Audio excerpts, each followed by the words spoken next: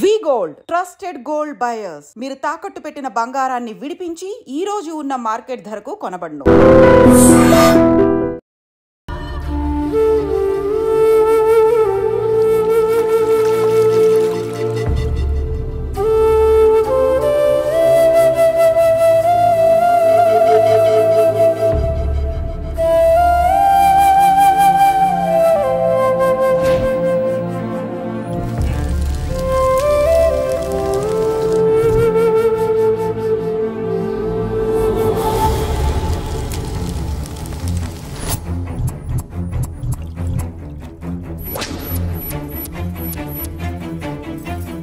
కొంచెం ఓర్చుకో, ఒక గంట ఆగితే ఆ దేవుడు కరుణిస్తాడు.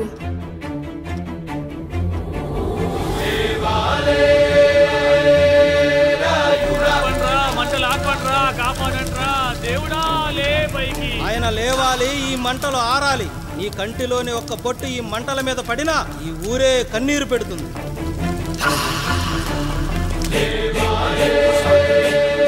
ఈరోజు మన ఊరాచారం నా వల్ల గోదావరిలో కలిసేలా ఉందిరా. భగవంతుడా, ఒక్క 5 నిమిషాలు, ఒక్క 5 నిమిషాలు నా ఈ పిల్లడ బిగించి తండ్రి. సన్నని చిరుకులు వడగలుగా మారి పిడుగుల రూపంలో బయటకు వస్తున్నాయిరా. నాలోని బాధ అనిచోదు. ఇప్పుడు ఇంకొక 5 నిమిషాలు అంతే. నీళ్ళు సిద్ధంగా ఉంచుకోండి. ఆగు, ఎవరు చెప్పారా డెలివరీకి టైం అయిందని?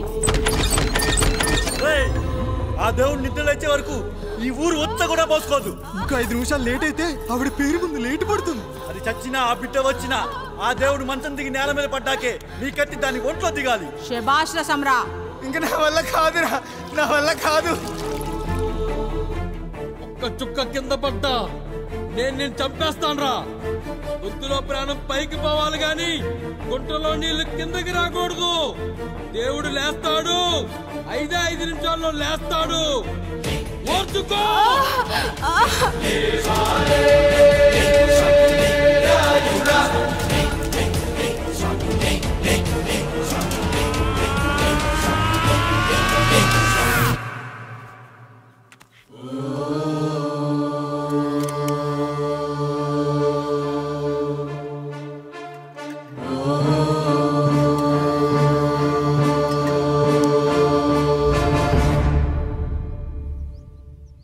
రాయుడు గారు నిద్ర లేచారు.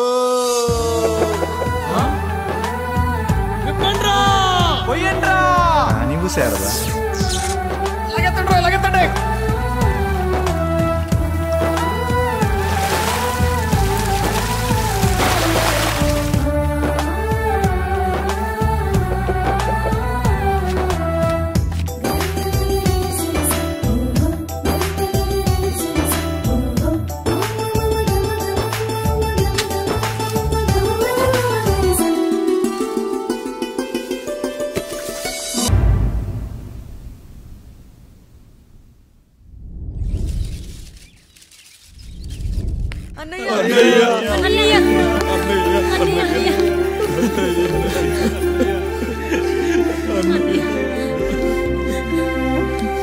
రాత్రి చాలా భయం వేసిందనయ్యా.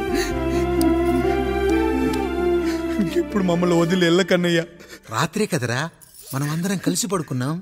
ఎప్పుడో రాత్రి చూసామన్నయ్యా. నిన్ను చూడకుండా ఒక్క అరగంట కూడా ఉండలేకపోతున్నా. నిన్ను చూసి చాలా రోజులైనట్టుంది అన్నయ్య. రాత్రంతా ఎక్కడికి వెళ్ళావన్నయ్యా? అసలు ఎక్కడికి వెళ్ళారండి? ఇంట్లో దోమలు కుడుతున్నాయని అలా పక్కనే ఉన్న గడ్డివాం దగ్గర పడుకున్నా. మన రత్తాలు వాళ్ళ ఆయన ఊళ్ళో లేడంది. సరే అని తను తోడుగా తీసుకెళ్ళా.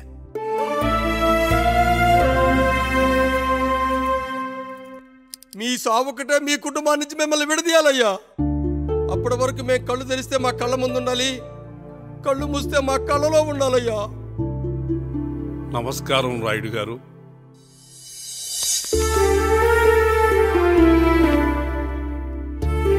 నమస్తే.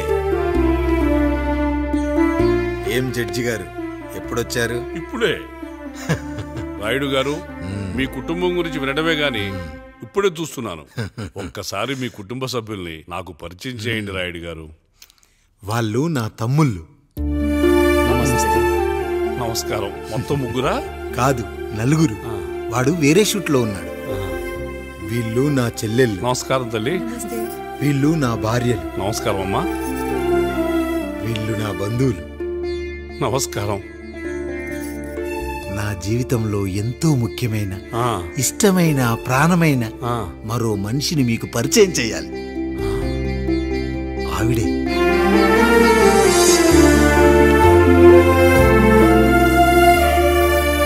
నమస్తే తల్లి.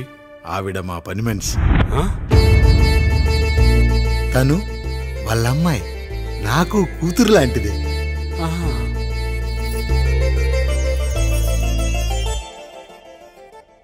ఆ ఫోటోలోని వ్యక్తి ఎవరమ్మా? మీ ఆయన?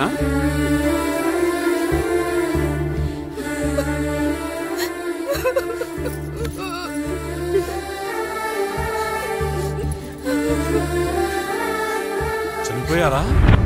అయ్యో లేదండి. ఎక్కడ పడితే అక్కడ, ఏది పడితే అది వాగుతున్నాడని పోలీసులు నగర బహిష్కరణ చేశారండి. మళ్ళా ఎప్పుడొస్తాడు? నెక్స్ట్ సీన్కి వచ్చేస్తాడండి.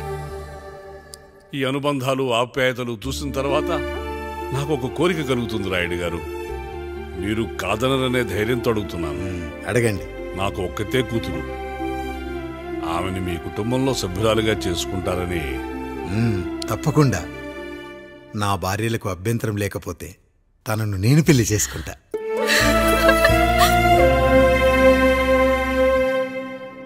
అయ్యో, మీరు పొరపాటుగా అర్థం చేసుకున్నారు. మీ పెద్ద తమ్ముడికి చేస్తారని.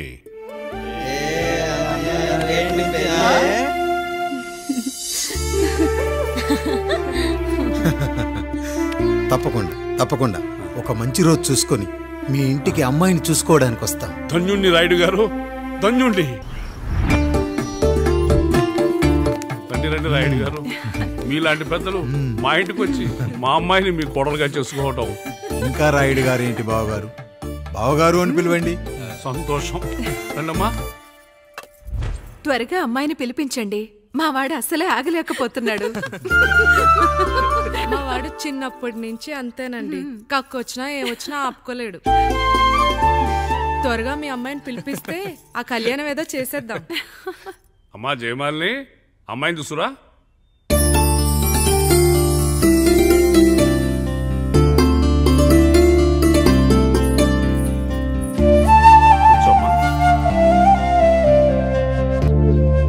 నువ్వు కూడా అబ్బాయిని చూడమ్మా.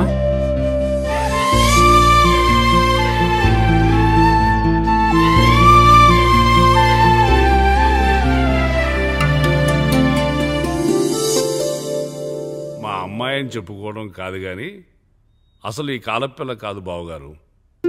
రాత్రంతా బయట తిరిగినా కోడి కుయ్యకు ముందు ఇంటికి వచ్చేస్తుందండి.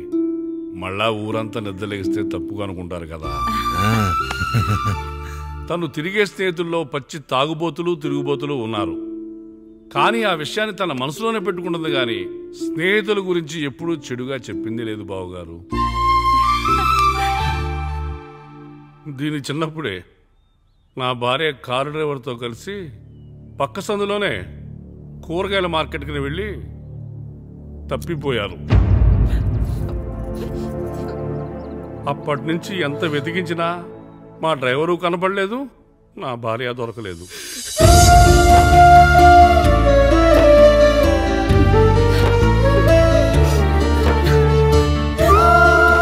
అమ్మ నాకు చాలా ప్రేమ పంచింది నాన్న. అది ఊరంతా పంచుతానంటుంది నా బిడ్డ. నేను కాదనలేదు. అలాంటి నా కూతురు ఇవాళ మీ కోడలవటం నిజంగా నా అదృష్టం బావగారు.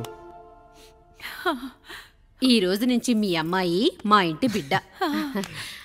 అమ్మాయి నచ్చిందా బాబు? నచ్చిందా?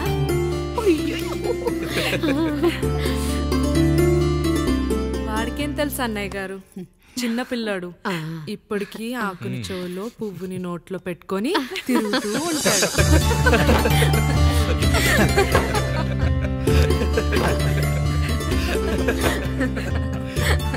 ఇకంత శుభం అన్నమాట.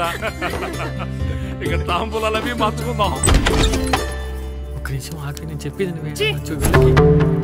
ఒకసారి నా మాట నిన్న ఒక్క క్షణం కూడా ఉండను. ప్లీజ్. అమ్మా శారదా, పెద్దవాళ్ళు వచ్చారమ్మా. మనల్ని చూస్తున్నారు. అమ్మాయికి పెళ్లి చూపులమ్మా. ఈ టైంలో నువ్వు ఇలా అలర్ట్ చేస్తే దాని జీవితం నాశనం అవుతుంది తల్లి. లోపలికి వెళ్ళు, తాత మాట్లాడదాం. ఇక్కడ మీ కోడలు కాపురం కాలిపోతుంటే మీరు ఆ మంటల్లో మీ కూతురు పెళ్లికి కాఫీలు పెట్టిస్తున్నారా? ఈ ఇంట్లో నేను ఇంకొక క్షణం కూడా ఉండను. ఒక్క నిమిషం తల్లి, అసలు ఏం జరిగిందో నాకు చెప్పమ్మా. ఈయన మంచోడని 6 నెలల క్రితం నాకు పెళ్లి చేశారు. మొదట్లో బాగానే ఉన్నాడు. ఆ తర్వాత ఒక రోజు మందు కొట్టాడు. కొని తాగింది దిగాక మంచోడుగా ఉంటాడు అనుకుంటే ఈ మధ్య చెడు తిరుగుళ్ళు తిరుగుతున్నాడు. ఊరవతల చిన్నుళ్ళు కూడా పెట్టేశాడు. మీరే చెప్పండి రాయుడు గారు, ఈ ఇంట్లో నేను ఉండాలా, వెళ్ళిపోవాలా, ఈయన్ని వదిలేయాలా, అక్కర్లేదా? వదిలేయాలమ్మా. వదిలేయాల్సింది నీ భర్తను కాదు, అతనిలోని లోపాలు. ఆశ్చర్యపోతున్నావు కదూ? ఒక మగాడి బాధ సాటి మగాడిగా నేను చెప్తానమ్మా.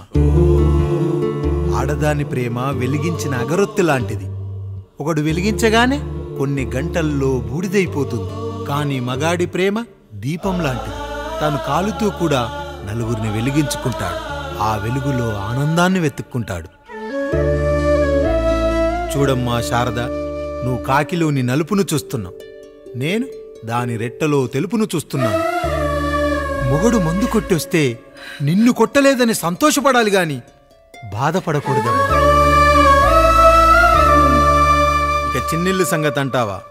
రుచిగా ఉందని లొట్టలేసుకుంటూ సగం తిన్న బిర్యానీలో కుక్క మూతి పెట్టిందని తెలిసాక దాన్ని పారేసుకుని ఆకలిని చంపుకోవడం కంటే నాకింది మనింటి కుక్కే కదా దాని మూతిపళ్ళు రాలగొట్టి ఇంట్లో కట్టేయాలి.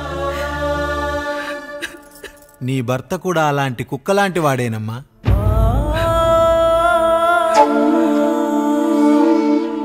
ఆడదానికి వయసొచ్చాక 3 ముళ్ళేసుకొని 90 ఏళ్ల జీవితం గురించి కలలు కంటుంది. అదే మగాడు 3 ముక్కలాడి 90 ml మందేయాలని కలలు కంటాడు. హౌస్లోనికి హౌస్ కీపింగ్కి తేడా తెలియని అమాయకపు జాతమ్మా మా మగజాతి. పండగ పూట తినే పాయసం రుచి గురించి మీకు తెలిసి ఉండొచ్చు. కానీ గర్లం కంటే చేదుగా ఉన్న బ్రాందీని కక్కలేక మింగలేక తాగే ఆ బాధ ఒక్క మగాళ్లకు మాత్రమే తెలుస్తుంది. కష్టాల్లో ఓదార్చిన మందును సుఖాల్లో మర్చిపోకూడదని తాగడమే కాని మాకు మాత్రం తాగాలని ఆశుంటుందా తల్లి? చివరిగా ఒక్క మాట, కష్టాలు పొంగల్లో మిరియాల్లా మనకే వస్తాయి, కానీ సంతోషాలు ఉప్మాలో జీడిపప్పులా పక్కనోడుతో ఉంటాయి. ఎదుటివాడి ఉప్మాలో కూడా పనికిరాని కరివేపాకుంటుందని సర్దుకుపోవడమే జీవితమమ్మా. రాయుడు గారు, నన్ను క్షమించండి. రాయుడు గారు, నన్ను క్షమించండి. నా తప్పు నేను తెలుసుకున్నాను. ఈ రోజు నా 2 బిడ్డల జీవితాన్ని కాపాడారు రాయుడు గారు. ఈ శుభ కార్యక్రమాన్ని కూడా మీరే జరిపించండి. తప్పకుండా.